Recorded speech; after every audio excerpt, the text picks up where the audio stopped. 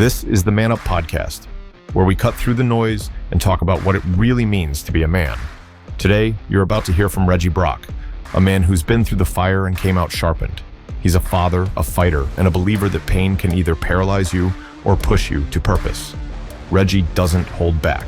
He speaks truth about fatherhood, faith, failure, and how generational cycles don't break on their own. Somebody's got to stand up. If you're tired of surface level talk and ready for something real, this episode is for you. Let's get into it. Hey guys, welcome to another episode of the Man Up Podcast. I'm your host, Terry Gwaltney, and today we have Reggie Brock on the show. Reggie's an entrepreneur, a husband, podcast host, mentor to business leaders. Who knows what else? We'll find all that out today. Reggie, welcome to the Man Up Podcast. Terry, thank you so much. Been looking forward to this. Yeah, likewise. You know, I wanted to start. I was looking through some of your stuff online, and part of your mission just really jumped out to me, and I thought this was so cool. And it says, Reggie's mission is to empower leaders to transcend their personal limits and live their lives on purpose. And guys, if you're listening today, leadership is not defined by title, it's by position. And the fact that you're positioned here on the earth, you are a leader. You don't have to have a title to have influence. Matter of fact, many people that have a title do not have influence. And so I hope today, as we kind of talk through this, I want you to put on the glasses and the perspective of that. He's talking to me because I'm a leader today. As you listen, as we unpack this gentleman's story and really realize how he's used his influence in whatever space that he's been in. So I'm really excited about the listeners just to learn more about you and, you know, and kind of what you're doing today. Yeah. But I'd really like for them just to get to know you just a little bit better. So if we could start there. Yeah. How long have you and Connie been married? 35 years. Yeah. Boom. Yeah, it's been a great journey, and having someone walking with me as she has, even when I make mistakes, which has been really a challenge for her. Oh, yeah, I hear that. I'm on year 39, and yes, I have the same song that my wife could sing. But man, without just camping out there, though, I mean, really, isn't that really what marriage is about? I mean, we make this commitment for a lifetime to someone else, and it's not based on how I feel today, how they've made me feel. It's like, man, this is a lifetime partnership, and we're just going to walk this thing out. And I just promise you, you've not been married 35 years, and I've not been married 39 years, and every day's been great. It was just a commitment that was made to work through the good and the bad. And you've got to live life out. Like what we started with, September the 29th, 1989, is not what it looks like today, and it shouldn't. Yeah. There should be some development, and in that development, there's teaching lessons that help us to realize that is not the route to go. It's not going to produce what we ultimately want lived out in our lives to the glory of God in this case, and to where we're happy and we're joined and we're aligned in terms of where we're headed. It doesn't, you don't get married one day and wake up the next and think, okay, we got this thing. Now we're on track.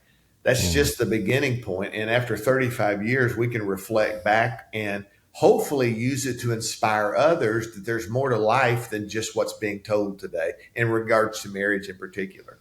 Yeah. Yeah. I would say it's much like parenting. I mean, kids don't come with a manual, neither does marriage, but it does in some ways. I mean, it comes with a Bible that is, kind of like God's instruction manual for our lives. And that's obviously the best manual. But, even with that, we're learning on the job. And with any of our walks, it's like that. The scriptures instructions are pretty clear. The problem is the way we interpret them at times. Like, we twist and turn and try to accommodate ourselves based upon the life we're living and try to get the scripture to line up with that. And that's kind of reverse engineering the problem. Mm-hmm. Yeah, it's funny. I took my grandsons to school today, and I had one of those moments where we were just having a kind of a little spiritual moment. I was talking to him about Adam walking in the cool of the garden, and just hearing God. But I turned it to where I was asking him, like, have you guys ever asked Jesus about what he wants you to do with your life? And they just kind of had that look. And I said, most people try to figure out what they want to do, and then when it doesn't work out, they ask God to help them. I said, but what you really need to be doing is he created you with a certain gift and certain desires. And I said, you need to figure out what that is so you can align with that. That's where you're going to be the most fulfilled. That's where you're going to be the most happy. That's where you're going to be the most successful. And That's so powerful because we usually talk and think about our lives as the next job or the next role or the next opportunity that's coming away. And what we should realize is our gift, the Bible says, makes room for itself. And if we focus on developing what we have and kind of deafen our ears to what the world tells us that should look like and helps us to interpret what success should be and realize that we are becoming. This is something that, a lot of times we're accused of being broken, and actually it's more that we're becoming. And it just looks like brokenness at times. Now, look, I've been broken and I've broken people into a million pieces. But I think sometimes we excuse our behavior and blame it on, I'm wounded, I'm a victim, I've done some things in the past. And then when I realized finally that I have there's a specific design on my life. Yep. It doesn't match anybody else. It's just me. And when I could settle in on that notion of this is me, I'm not this, even though some of my dreaming led me to a place to where I didn't belong, I've realized that if I settle in on what I have and what's been given to me and develop that will make, the Bible says in the book of Proverbs, I think it's the 4th chapter, it will not just, your gift doesn't just make room for itself, but it puts you in the right rooms. That's what the Bible says. And so that's my good. intent is to help guys to realize, look, find and discover what makes you, lean into it and be patient and trust God to put you in the right places. Yeah. Yeah. To your point, man, this has been a theme we've been talking about for several weeks now. God is so much more concerned about who we're becoming, even more so than what we do. Yeah. It's who are we becoming in the process of what we do. Both of them are important, but man, it's just, we're in this ongoing process, this whole journey, we're developing. And anyway, good stuff. So any kids over in the Brock world? We got one son. He's 33. His name is Jordan. He lives in Tampa. We're out, which is close to, we're in Ocala, Florida. And he works at a great distribution company there, he's having a lot of success. And more importantly, he's settled, and I think that he understands who he is, the direction he's going. And for a parent, there ain't much more to ask for than that. Awesome. Well, maybe grandkids. Are there any of those on the way yet? I don't have any of those yet. Okay. Well, I have 6, and that rocks your world. So it's pretty cool. And what's really weird? My wife is one of the most, she loves kids. She was always the babysitter for other people. And she kind of misses that, thinking we might, be able to have more grandkids to play around with. But at this point we haven't, and we're okay. Yeah. Hey, if you're looking back and you're thinking about because everything in our life has helped shape who we become up to this point. They're not excuses. They don't determine where we're going. That's a choice, but they've all shaped us up to this point. If you look back, what was your favorite childhood memory? So there's a couple of them. I was raised in a preacher's home, and my dad pastored the majority of my life. He's 91 years old last month, and oh wow, just a great hero of mine. And there are just times in growing up that, and I guess the greatest memory was this: I've had a lot of separation anxiety. I've lost people in my life. I've run some people off in my life, but the constant has been his ever present position in my life. Whether I was at ball games, whether I was going with him to a church meeting, where my dad was we were partnered in life at a way where there's just so many memories. It's more about me and him than it is the memory of where we went or what we did. Just being with him and him encouraging me. And, sometimes he encouraged me when I didn't need to be encouraged. I know that. As I look back, I go Dad, you encouraged me and sometimes of mistakes that I made. And so I think that was probably, as I look back, that was the most influential thing in my life, was having him partner with me in life, good, bad, and indifferent. That's good. What life look like before the coaching and the mentoring career started? Yeah, so I played high school football and baseball, got scholarship, went to Evangel College in Springfield, Missouri. I think it's Evangel University now. I don't know. But I went there for 4 years. I mean, it was a really interesting, unique environment because my head football coach was a gentleman by the name of Denny Duran. And Denny is one of the most prolific men of God I've ever met. Like, it wasn't about football to him. It was about growing young men into mighty men. And football just happened to be the place of entry. And so I was there for 4 years.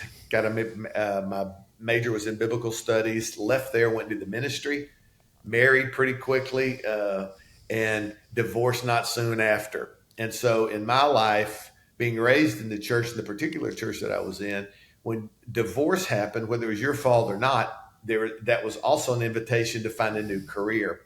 And so that was a real struggle for me because in my opinion, there wasn't the punishment didn't, it was not, to me, fair with the supposed crime or whatever, with the divorce. And so I had to find something to do. And so I went into insurance. For 25 years. I sold insurance. And for the last 15, I've been in and not out. I've been in different capacities inside of the roofing industry. And it's been very, very rewarding for me.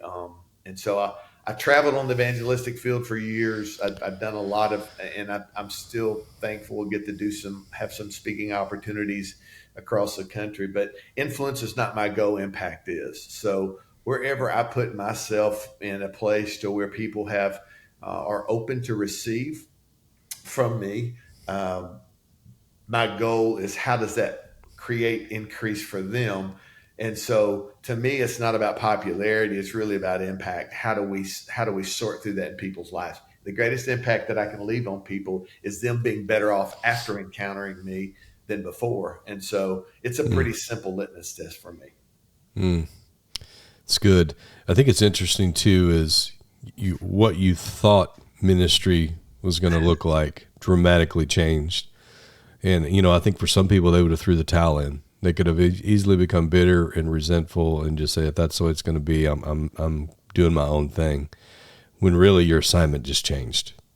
That's so good and true. And, call of God on our life never leaves us, regardless of even some of the stupid things we do, or speaking about myself. Yeah. But the assignments change, and you rolled with the assignment.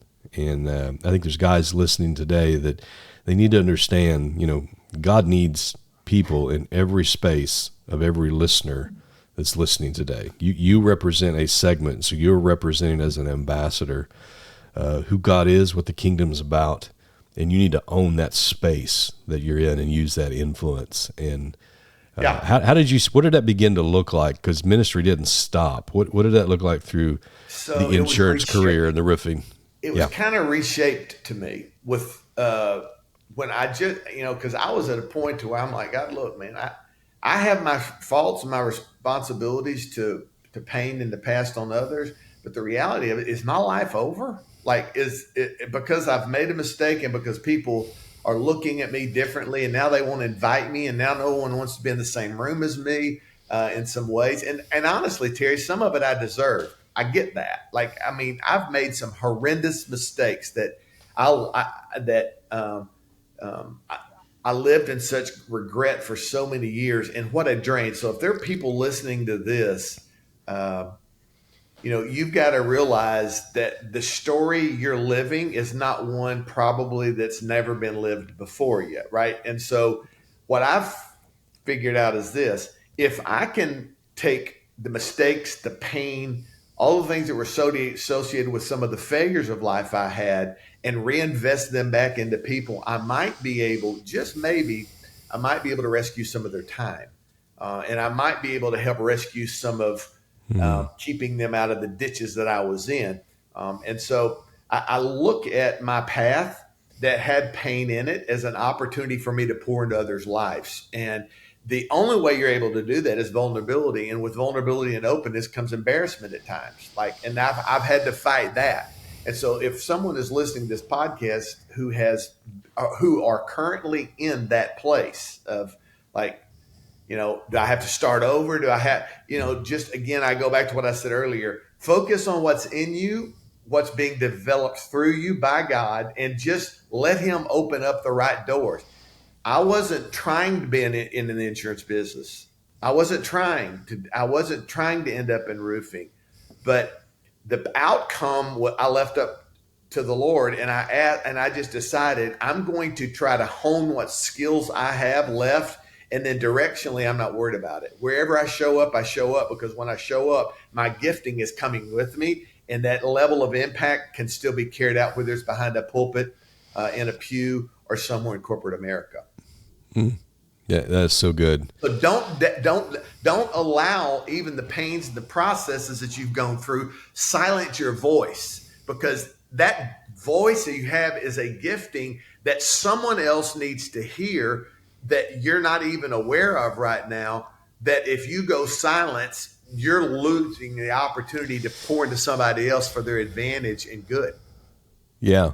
Guys, as you're listening today, listen, you are the most qualified, each one of us, to help the person that was just like us. Yep. And so, if you're not willing to share the pain and the struggle you went through, the people that you're most qualified to speak into their life that need to hear it, you're eliminating that realm of hope from them. And I remember when that becomes so real to me in I think it was in Corinthians. I believe it's chapter 1 verse 4, but where it talks about how God has rescued us, and he's given us a hope, and he's comforted us for the purpose of helping others, and helping rescue and give them hope, and that does not happen without humility. And I know in my life, I didn't want to tell that story because that story didn't show me in the best light, and that pride and that selfishness. And a lot of times, shame, because shame is the stain of sin, which is so ridiculous from the standpoint of, we're ashamed of sin that God has said, I threw it as far as the east is from the west, forgotten it and turned it and made you white as snow. But the devil is still convincing us in our head that it's a reason why we shouldn't open our mouth and really be able to help somebody else. Because you can tell me theory, but you tell me your experience, man, that inspires hope in me. Yeah, you've been where I've been at and you're not there anymore. Well, maybe there is some hope. Yeah. And I think sometimes the devil we don't need, I don't think when you talk about the devil, I think this self-doubt that gets in our mind and this regret and all this disappointment, he doesn't have to apply a lot of pressure to me because I beat myself to death. I'm just I don't need, I don't need any help with that. And I think that's where most people are, is they realize that they don't realize that his grace truly is sufficient. And I think for me, I had to come clean. And that's what most people don't do. I'm telling you, this is what I believe to be true. There are things inside of us that we have held for so long that have grown in velocity. And then we see these, and watch TV, listen to YouTube, do whatever. You'll see great, great people in all areas of life, including ministry, who are tumbling from the tops of the hills at this time right now. And I think it's the reason is this, Terry. There are silent saboteurs in all of us that we refuse to resolve. We won't acknowledge them. We won't come clean about them. And as a result, we think if it's not visible, if it's unseen and unspoken about, surely nobody will ever see it. And what happens in the dark parts of our life is that rather than it sitting there with no life, this life tumor, if you will, we don't see it, we don't hear about it, but it's growing in velocity every day it stays dark. And so some of you who are listening to this podcast today need to come clean.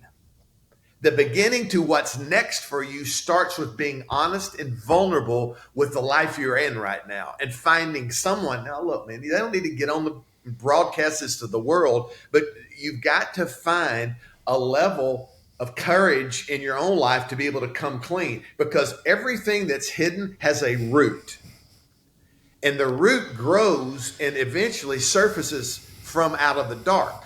And in my case, I had been living a life of secrecy for years, like years. And I'm thinking I'm managing this stuff pretty well. Like I can have these double lives and nobody really know. And what I failed to realize is every seed planted produces a root system and then eventually breaks through the surface. And you cannot, so I'm giving fair warning today. You think some of you are sitting on these hidden areas of your life that are silent but deadly, and you just think that you've not seen them yet, so maybe you've learned to manage and cope with them.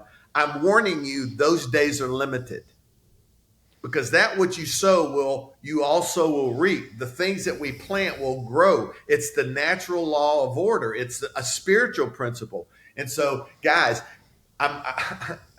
rather than this thing getting out of control, now would be the time to find someone to unburden yourself with and take these hidden saboteurs in our life and come to terms with them once and for all. Because until you do, progress is limited, and progress is not going to be found. Oh, that's so good. So good. I don't even know where to go from there. Well, I think what we've done, Terry, is we have placed such an emphasis on the surface, the fruit, right? And even if we see fruit that we don't like, I had a friend of mine here in Florida before we moved here, asked you over at his house, and man, I'm sitting there looking out the back porch, and I see this big orange tree, and it's ripe, and I go like, oh man, I'll be right back. And he kind of snickered, and I went out, and I picked him, and it just peeled perfectly, and the smell of it was just, and I put it in my mouth, and it was the most bitter tasting thing I'd ever tasted. Sometimes what's obvious is not real. Oh, that's good too. And so It's not the real problem. That orange looked perfect, right color. It just wasn't ready. And so when I broke it open, the thing that I was anticipating was not ready for me to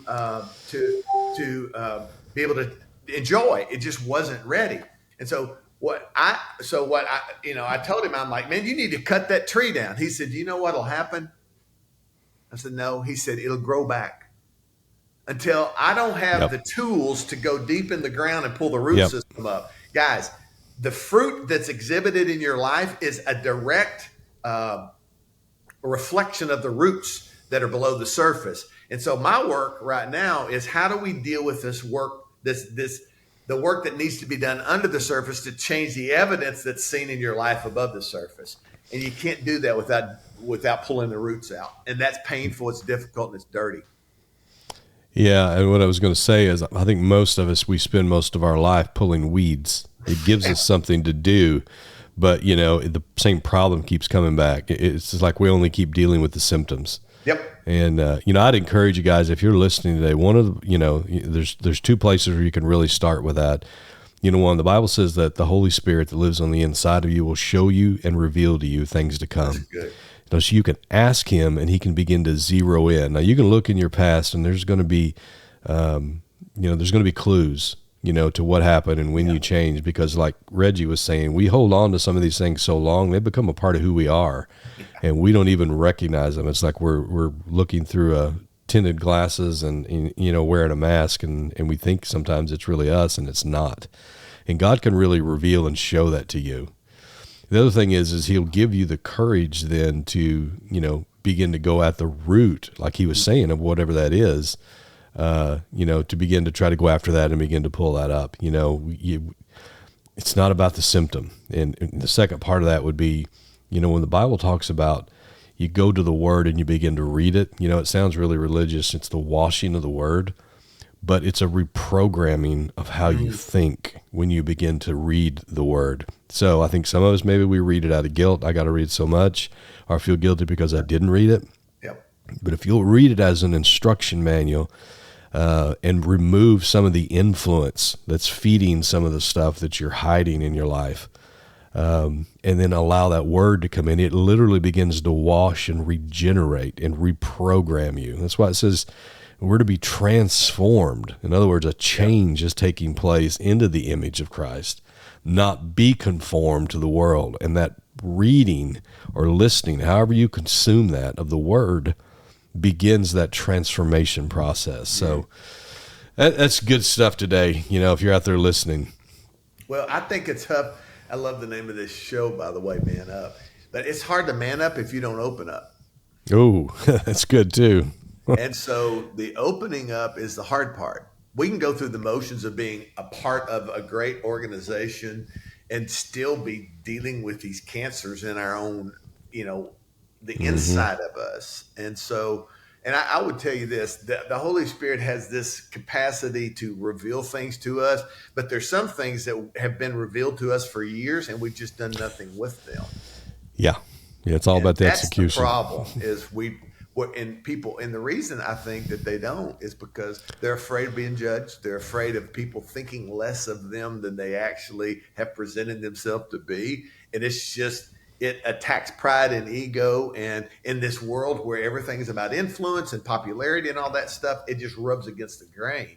And I'm declaring to this world, as much as I possibly can, there's an alternative path to the success and the happiness and prosperity you're looking in life, but you've got to come clean. And if you're not going to come clean, you're going to stay in this circular argument for the rest of your life. Mm. What's one thing about your assignment at this point in your life that you just didn't expect? I didn't really expect there to be such a priority for me to be a part of teams. And let me tell you what I mean by that.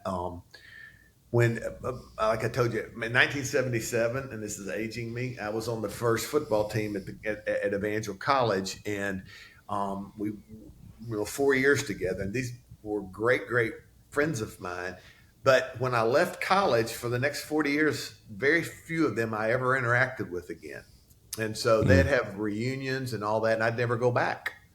And so finally, my wife convinced me. She said, let's just go. And so we went to Shreveport 2 years ago. Long story short, my head football coach, there's about 40 of us there, and he calls me out and he says, stand up. And I said, okay. So I stood up and he said, I've watched you from afar for 40 years. Oh. And he said, I've noticed great highs and extreme lows. He said, do you have any idea why the gap was so wide? I said, no, sir. I said, if I had, I'd have done something about it. And I get chill bumps, Terry, thinking about this, what I'm about to tell you. This is what he said to me. He said, look around this room. So I look around this room.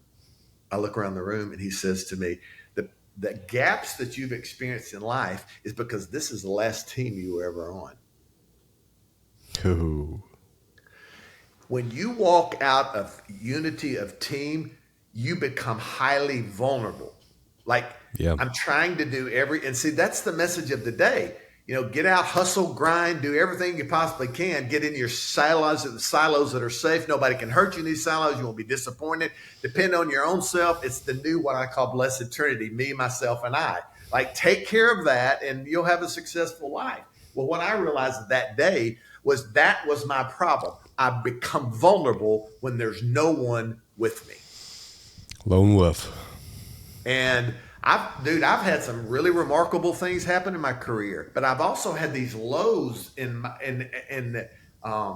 personal areas of life that have affected my professional life.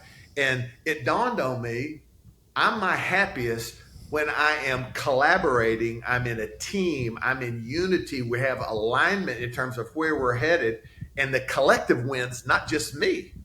And so one of the things I'm telling people is some of the lack that you have, let me flip that. Some of the gained ground you're looking for is never going to happen.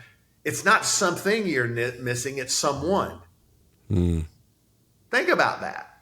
So we chase things all the time. Give me this new sales book. Give me new, I'll go to this conference. I'll do this and I'm going to get better, better, better. We always think it's something missing. And the fact of the matter is it could be someone. And I use this example, and then I'll shut up about this. My wife and I, Connie, as I told you earlier, 35 years we've been together. Before we got married, we had the conversations that most people have. These big areas of life, like finances, where we want to go to church and where we want, how do we want to raise our son, and Bob, and then it got to money.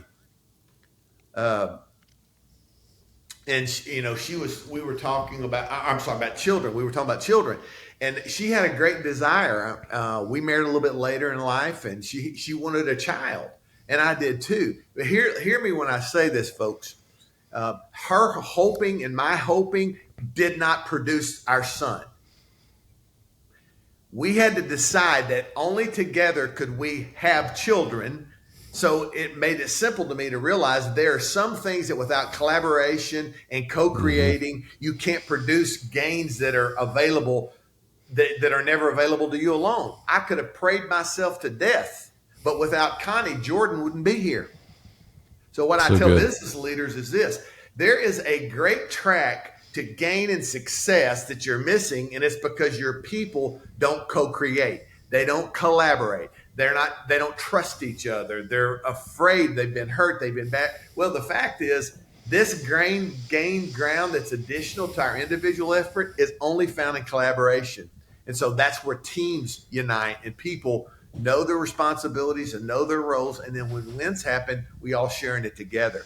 And that's a real true measure of my heart right now. It's not like, how can I get more? But it's more, how can we, what is it that we can do together to produce something that all of us gain from, but it's not completely required. It's not just, the burden of responsibility is not just on me. That's what team looks like. And that's, to me, why I think the body of Christ looks like. I think it's what everybody brings their gifts together, they put them together, and then out of that comes something none of us could do by ourselves.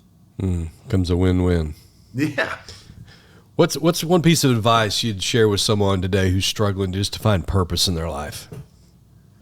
So the first thing that I would say is turn the volume down to the noise around. Like, there's just, when we get in tough places, we start panicking. And we listen to a lot of things, I think, out of vulnerability or out of fear that make us,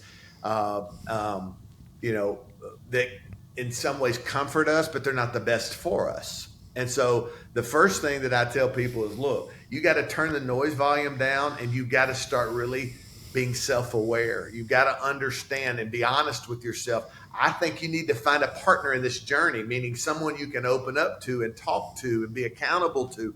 All of those things that I know that you believe and impart to people all the time.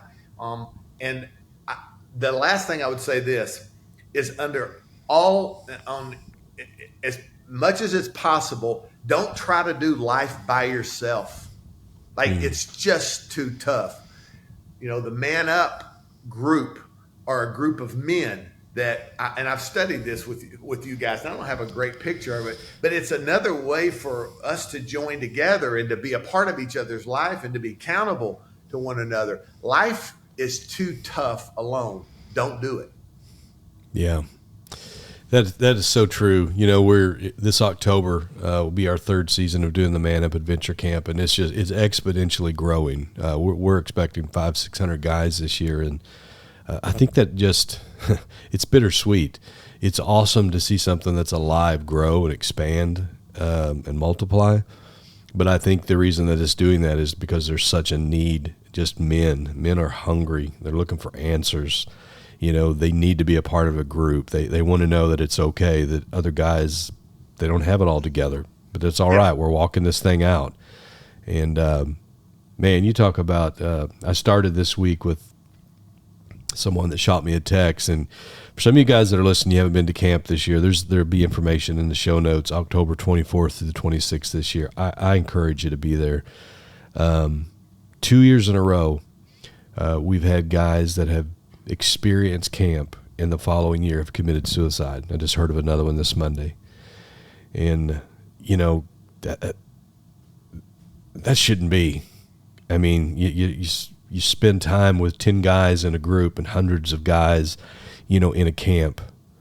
We need to know that they could have picked up the phone and called to anybody, and they would have talked, and they would have been there. And we need to be asking ourselves the question, why didn't they? So can I make a comment on that, Terry? Absolutely. I think there's a reason for it, because I think many of our conversations as meaningful as they are at some level, never really get into the real issues that people are facing because they won't talk about them. Like you can get 1,000 men together, but if everybody is shut down in spirit, which I know they're not at your events, but my point is, it's not the number that matters. I think it's where people are at a place to where they're like, I have these, and again, I go back to the term, these silent saboteurs. So what happened was they can go to events, they can read books, they can do everything that they want, but until that poison is extracted, and it takes a level of confidence to be able to talk about that. Sad to say, these kind of events are going to continue to happen. It's not the obvious, Terry. Like, it's not the things that, hey, how can I be a better dad? That's a good topic. How can I be a better husband? Great topic. How can I be a better leader? Great topic. The fact of the matter is, what is the one silent thing eating you alive right now that if it were gone, your life would change? And see, Yeah. that's one of the things I was disappointed in that I didn't make it last year to y'all's event, was because I was anxious to be able to get around a fireplace and go like, hey, the obvious stuff, great, let's talk about. But I'm going to tell you what's going on really inside of me. I'm going to use this time to not just unburden for the sake of having something to talk about, but I want a breakthrough. And the way I'm going to break through is to talk about something that's actually holding me back, as opposed to things that seem to be holding me back. And those type of conversations are going to change businesses. They're going to change marriages. They're going to change parent relationships. It's going to change everything when we have enough courage. And that's what I'm calling on with people. Be courageous. Don't be crazy. Be courageous. Like, how do we build these spaces where people can have real conversations? Because most of them we have, in my opinion, Terry, are surface level only. Yeah, they are. And that is the cool part of camp. When they can see guys massed up, where there's hundreds of guys, that does one thing. But when they go back to a campfire where there's no more than 10 guys around the camp, that's where the transformation is taking place. So we're talking about one story that's like, what could we have done different? But there was hundreds of stories where that transformation took place around a fire because somebody did exactly what you were talking about. Like, listen, dude, I've wrote the letter. I was ready to pull the trigger. This is what I'm dealing with. And that guy's still here with us. That guy's, grinding it out. He's dealing with some of those issues. And so, wherever you're at today, guys, I just encourage you, man up. I mean, no pun intended. There's guys around you. There's help to be had. There's brothers that will walk with you. And if you don't have one of those groups, you need to find one. The lone wolf is the one that gets picked off the easiest. You need to be able to pick up the phone and call somebody and say, listen, dude, this is what I'm struggling with. And I know if I don't talk to somebody, this is going to get worse tonight. Or, I'm going to make a decision I know I'm going to regret.